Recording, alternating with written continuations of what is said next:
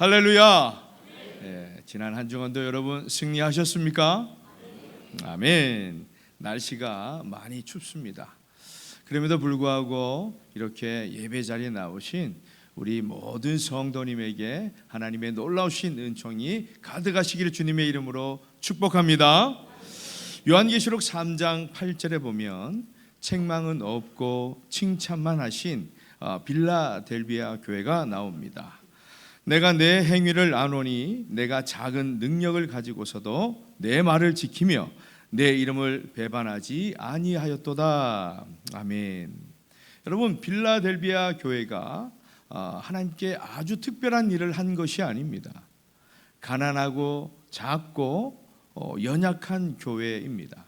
그러나 예수님 때문에 핍박과 고난을 당했지만 그럼에도 불구하고 인내와 믿음으로 끝까지 주님의 말씀을 지켰고 무엇보다 주님의 이름을 배반하지 않았다, 이렇게 말씀하고 있습니다. 우리 인생도 마찬가지입니다. 우리의 인생의 이 사정도 각양각색이죠. 참 연약합니다. 어쩌면 우리가 주님께 얼마나 귀한 것을 드리고 있습니까? 그렇지 않죠. 하루하루 살아가기도 힘든데 어떻게 주님을 생각할 수가 있겠습니까?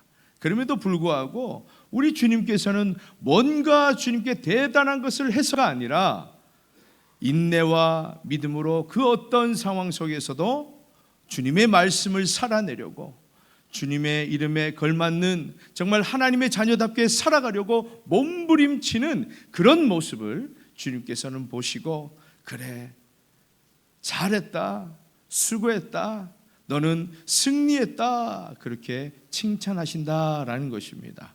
사랑하는 여러분, 그 어떤 상황 속에서도 여러분 위축되지 마시고 오직 믿음과 또한 인내로 주의 말씀을 살아내시고 순종하시고 늘 승리하셔서 칭찬받는 저와 여러분이 되시기를 주님의 이름으로 축복합니다.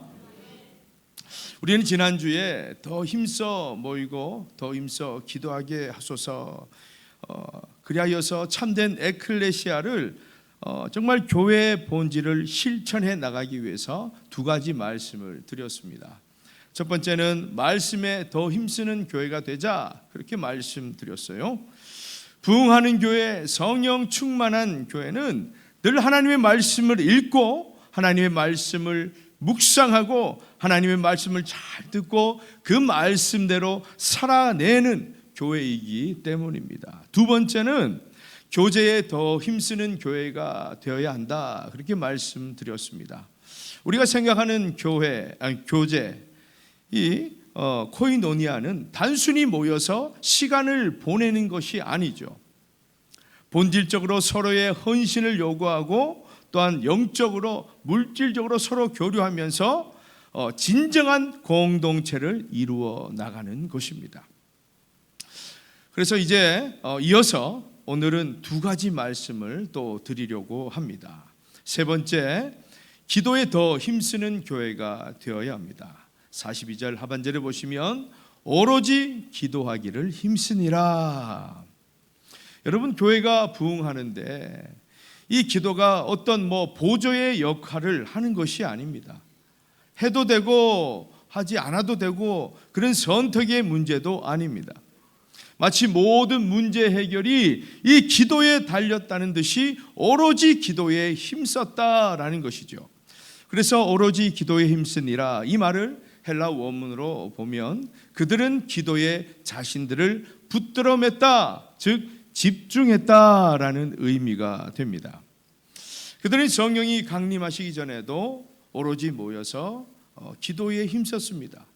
사도행전 1장 14절에 보면 여자들과 예수의 어머니 마리아와 예수의 아우들과 더불어 마음을 같이하여 오로지 기도에 힘쓰더라. 이것은 단순히 며칠 동안 기도한 것을 말하지 않습니다. 가장 중요한 일이 무엇인가? 바로 기도에 집중하는 일이었다라는 겁니다. 왜냐하면 사도행전 1장 4절에 보면 우리 예수님은 이렇게 말씀하셨습니다. 예루살렘을 떠나지 말고 아버지의 약속하신 것을 기다리라. 이처럼 예수님께서 강조하시고 말씀하신 것은 깨어 기도하라 이것입니다. 그래서 왜냐하면 이 기도는 하나님과의 관계를 맺는 가장 빠른 영적인 수단이기 때문입니다. 그래서 기도는 매우 중요한 거예요. 그래서 이 초대교회 사람들은 주님이 우리를 통치하시고 인생을 이끌어 가시고 인생을 변화시킬 수 있는 분은 오직 우리 주님이시다, 이런 마음으로, 그런 믿음으로 오로지 기도에 힘썼다라는 것입니다. 마가복음 9장에 보면 제자들이 저 산 아래에서 귀신 들린 아이를 치유하지 못하는 장면이 나옵니다. 그래서 주님께서는 그 아이의 귀신을 쫓아내시면서 이렇게 말씀하셨죠. 마가복음 9장 29절에 이르시되 기도 외에 다른 것으로는 이런 종류가 나갈 수 없느니라 하시니라. 제자들은 왜 고치지 못하였는가?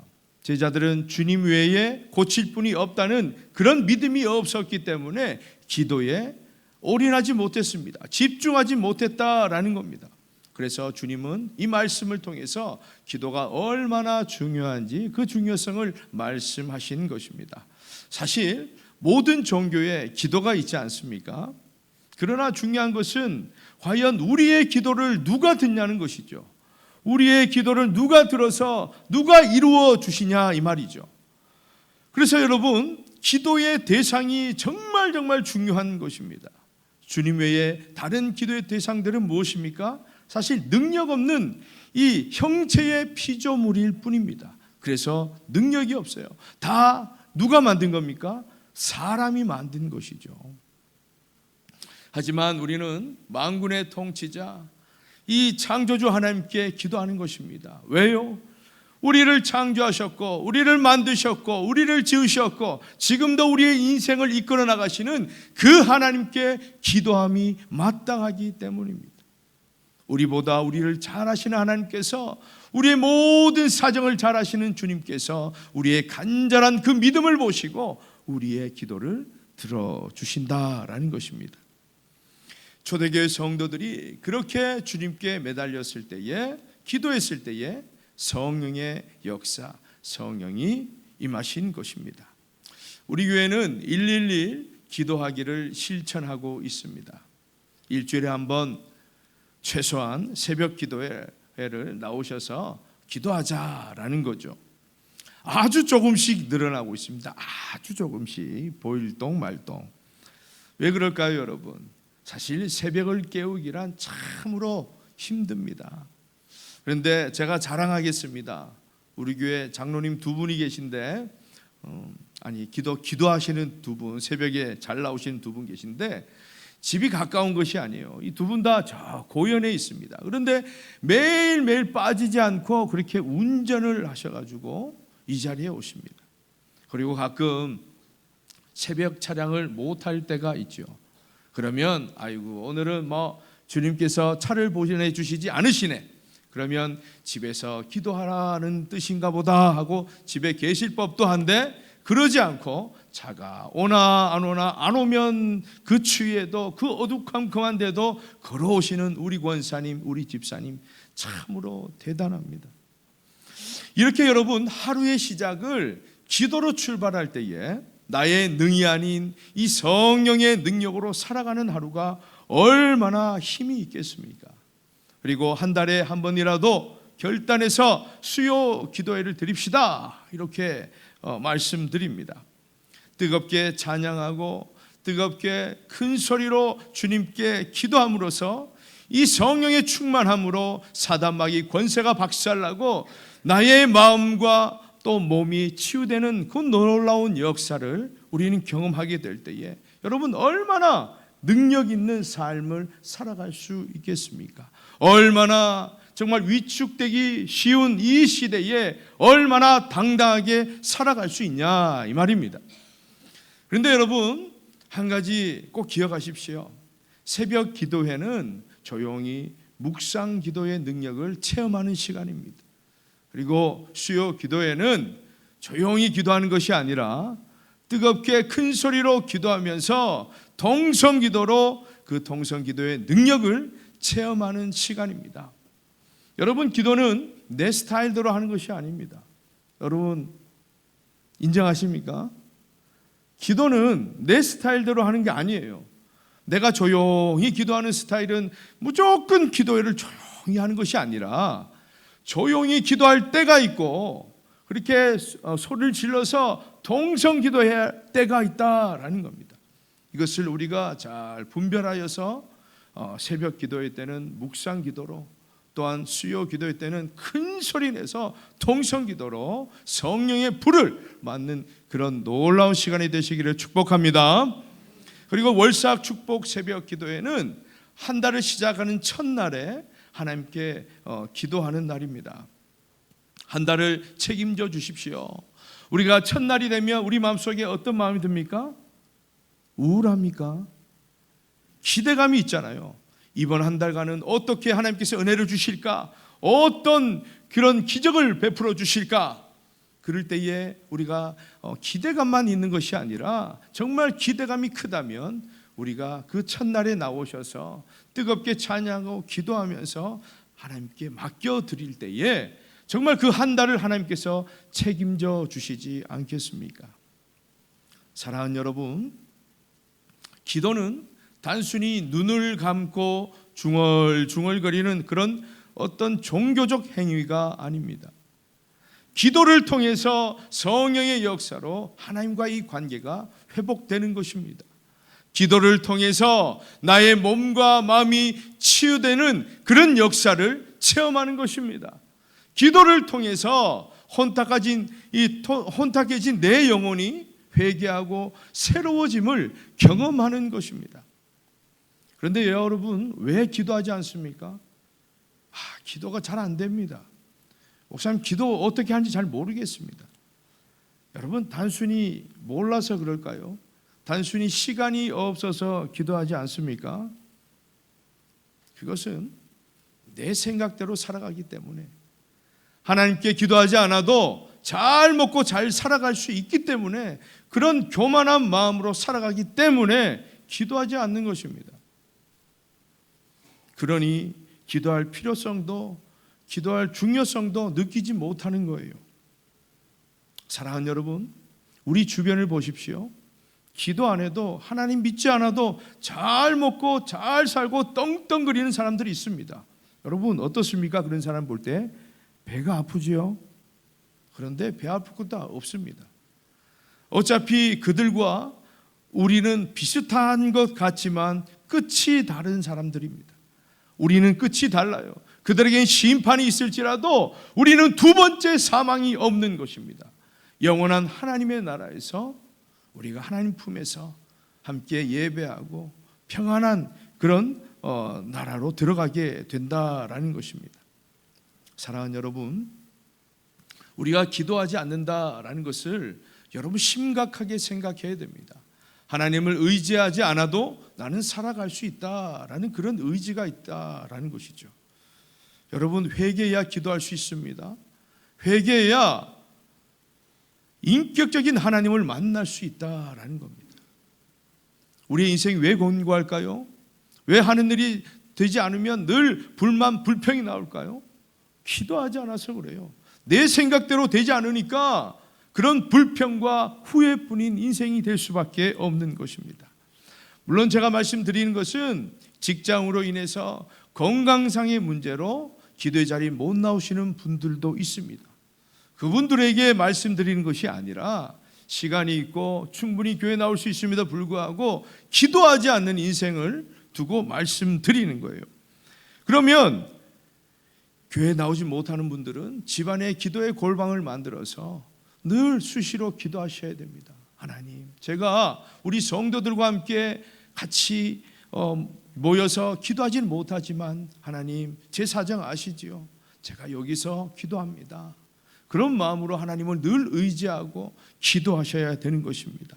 여러분, 기도하는 인생은 결코 망하는 법이 없다는 사실을 꼭 기억하시기를 바랍니다. 그러므로 기도의 등불이 꺼지지 않는 인생이 되시고 기도에 더 힘쓰는 우리 교회가 될 수 있기를 주님의 이름으로 축복합니다.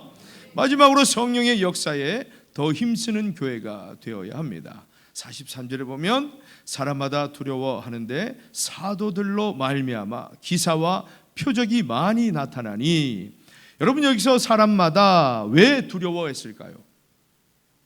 사람들은 이 사도들이 행하는 기사와 이 표적을 보고서 공포심을 느낀 그 두려움이 아닙니다.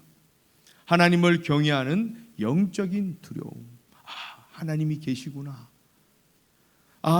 사도들이 말했던 그 성령의 역사가 이거구나. 그러면서 하나님을 섬기는 그 경외심을 말씀하는 겁니다. 오늘날 많은 그리스도인들이 한 가지 놓치는 것이 있습니다. 하나님을 경외하지 않습니다. 하나님을 두려워하지 않아요. 이 세상 풍파에 휩쓸려서 세상을 두려워하고 세상의 돈과 권력 앞에 비굴하게 그렇게 살아가고 있습니다.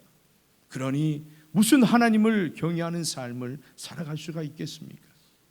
사랑하는 여러분, 우리가 세상을 살아가면서 하나님인가, 세상인가, 믿음인가, 세상인가, 그 선택의 기로에 설 때가 참 많습니다. 그러나 안타까운 것은 우리가 눈에 보이는 이 세상을 택한다는 사실입니다.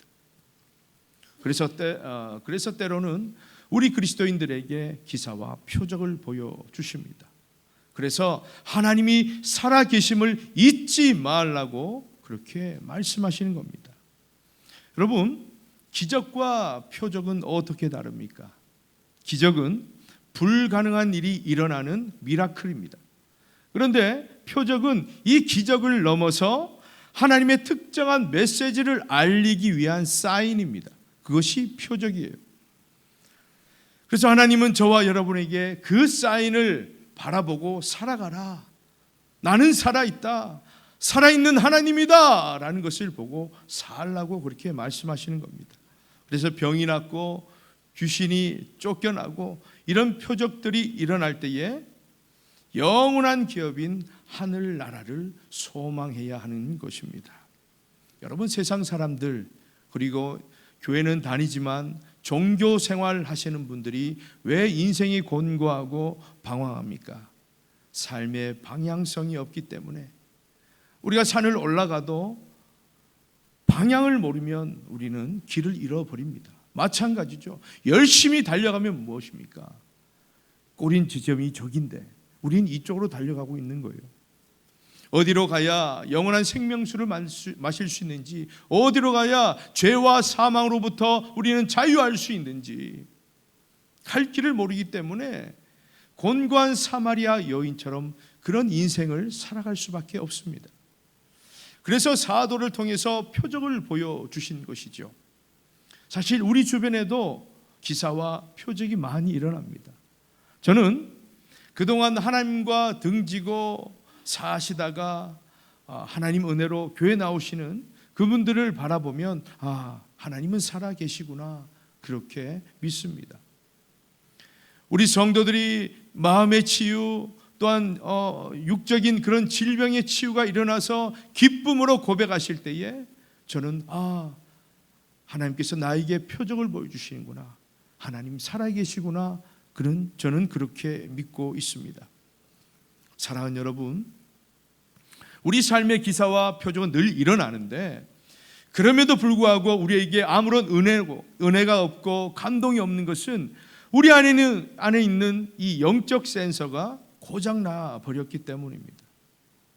그럼 결국 하나님을 경외하고 하나님을 두려워해야 하는데 세상을 두려워하고 세상을 섬기는 그런 인생이 되고 마는 것입니다. 사랑하는 여러분, 저와 여러분에게 우리 하나님은 어떻게 살아가기를 원하실까요? 어떤 대단한 나라의 공을 세우기를 원하실까요? 그렇지 않습니다.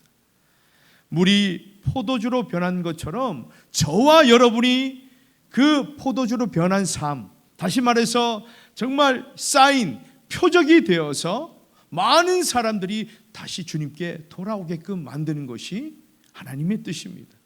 그래서 저와 여러분이 표적이 되어야 돼요. 저와 여러분이 사인이 되어야 됩니다.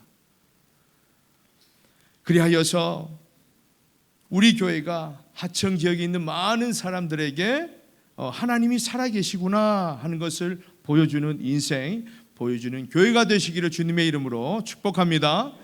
그러면 여러분, 이처럼 말씀에 더 힘쓰는 교회, 교제에 더 힘쓰는 교회, 기도에 더 힘쓰는 교회, 성령의 역사에 더 힘쓰는 교회가 된다고 하면 과연 그런 교회에 어떤 역사가 일어나는가? 우리 다 같이 47절 말씀을 믿음으로 읽습니다. 시작. 하나님을 찬미하며 또 온 백성에게 칭송을 받으니 주께서 구원받는 사람을 날마다 더하게 하시니라. 아멘. 그렇습니다. 첫 번째, 하나님을 찬양하게 됩니다. 이것은 하나님께 감사가 많은 교회가 된다라는 것이죠. 우리가 참된 에클레시아를 실천하게 되면, 교회의 본질에 우리가 충실하게 되면 우선 우리가 변화되게 되는 것이죠. 그래서 하나님을 찬양하고 하나님께 늘 감사하는 인생이 되는 것입니다. 비록 그리 아니하실지라도 여러분, 세상 사람들도 기뻐하면 감사합니다. 우리보다 더 멋진 감사를 드립니다. 그런데 하나님께서 저와 여러분에게 원하시는 것은 비록 그리 아니하실지라도 감사해라 라는 것이죠. 비록 우리 가정에 문제가 생겨도 하나님 감사합니다. 우리의 자녀가 잘 풀리지 않아도, 하는 일이 풀리지 않아도 감사합니다. 경제적으로 비록 힘들지만 그래도 감사합니다. 여러분, 형통이든 불통이든 그 어떤 상황에서든 하나님께 감사하는 인생, 감사하는 교회, 하나님께서 가만히 보고만 계시겠습니까? 더 큰 은혜를 주시고 더 큰 감사로 채워주신다라는 것입니다. 그러므로 늘 감사가 충만한 인생, 감사가 충만한 교회가 되시길 주님의 이름으로 축복합니다. 두 번째는 온 백성에게 칭송을 받게 됩니다. 요즘은 교회가 세상을 걱정하는 것이 아니라 세상이 교회를 걱정하는 시대가 되었습니다. 무슨 말입니까? 교회의 위기다라는 것이죠. 선한 영향력은 없고 오히려 이 지역사회에 민폐를 끼치는 그런 집단이라면 여러분, 하나님께서 이 교회를 세우신 목적이 변질된 거예요.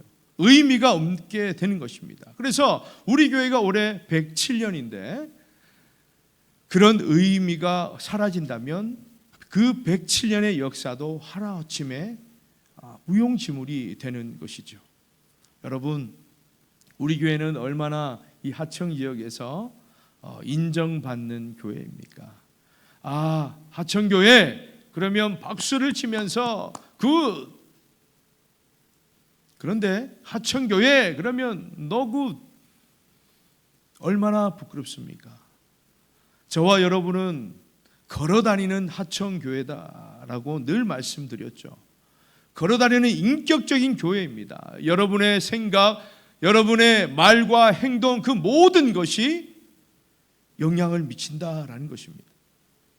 우리 교회가 본질에 충성하는 그런 참된 에클레시아를 실천하게 될 때에 이 땅 하청 주민들로부터 인정받는 교회가 되는 것입니다.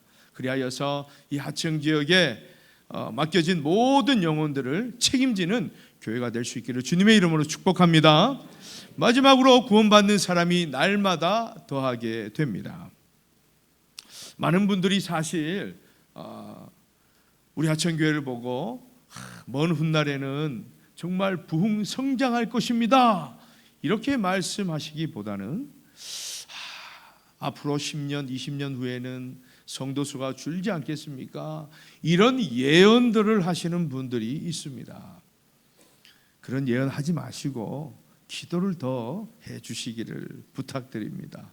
물론 여러분, 우리 교회가 다음 세대의 부흥과 이 관계 전도에 전혀 관심이 없다면 그분들의 예언은 100% 적중할 것입니다.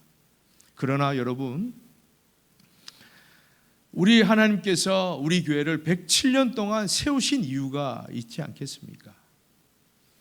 우리 교회가 좀 부족해도 이 교회의 본질에 충실하다면 정말 하나님께서 원하시는 말씀과 교제와 기도와 성령의 역사에 더 힘쓰는 교회가 된다면 회개하고 돌아오는 그 영혼들이 많아질 것이다, 그렇게 말씀하고 있습니다. 여러분 믿으십니까? 왜요? 그 부흥의 역사는 우리가 하는 것이 아니라 우리는 최선을 다하면 되는 것입니다.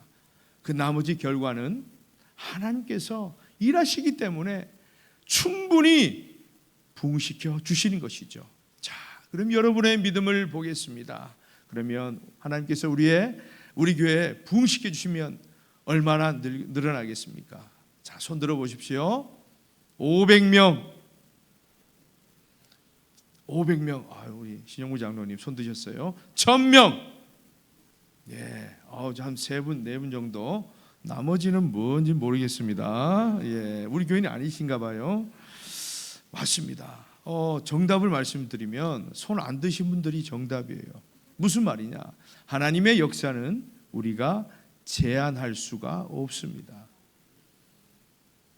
여러분, 베드로의 한 그 설교로 몇천 명이 구원받았어요? 3,000명이요. 3,000명입니다. 3명이 아니라.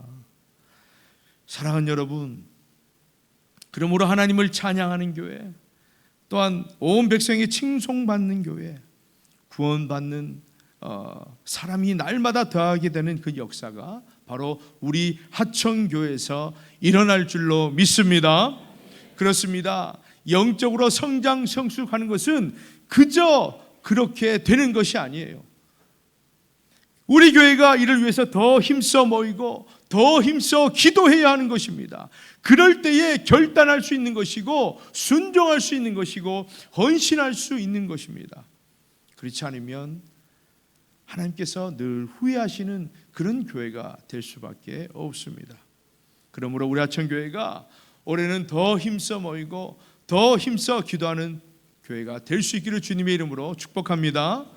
여러분, 그러기 위해서는 우리가 어떻게 해야 됩니까? 우리 다 같이 한번 따라해 봅시다. 말씀에 더 힘쓰는 교회가 됩시다. 교제에 더 힘쓰는 교회가 됩시다. 기도에 더 힘쓰는 교회가 됩시다. 성령의 역사에 더 힘쓰는 교회가 됩시다. 할렐루야. 그리하여서 여러분, 이 세상에 압도당하는 교회가 아니라 오히려 이 세상을 앞서가는 그런 교회가 되어서 특별히 하나님께서 맡겨주신 이 하청지역에 참된 에클레시아를 이루어가고 새해에는 더욱더 하나님께서 자부심을 느끼시는 그런 부흥의 역사를 써내려가는 우리 하청교회가 될 수 있기를 주님의 이름으로 간절히 축원합니다.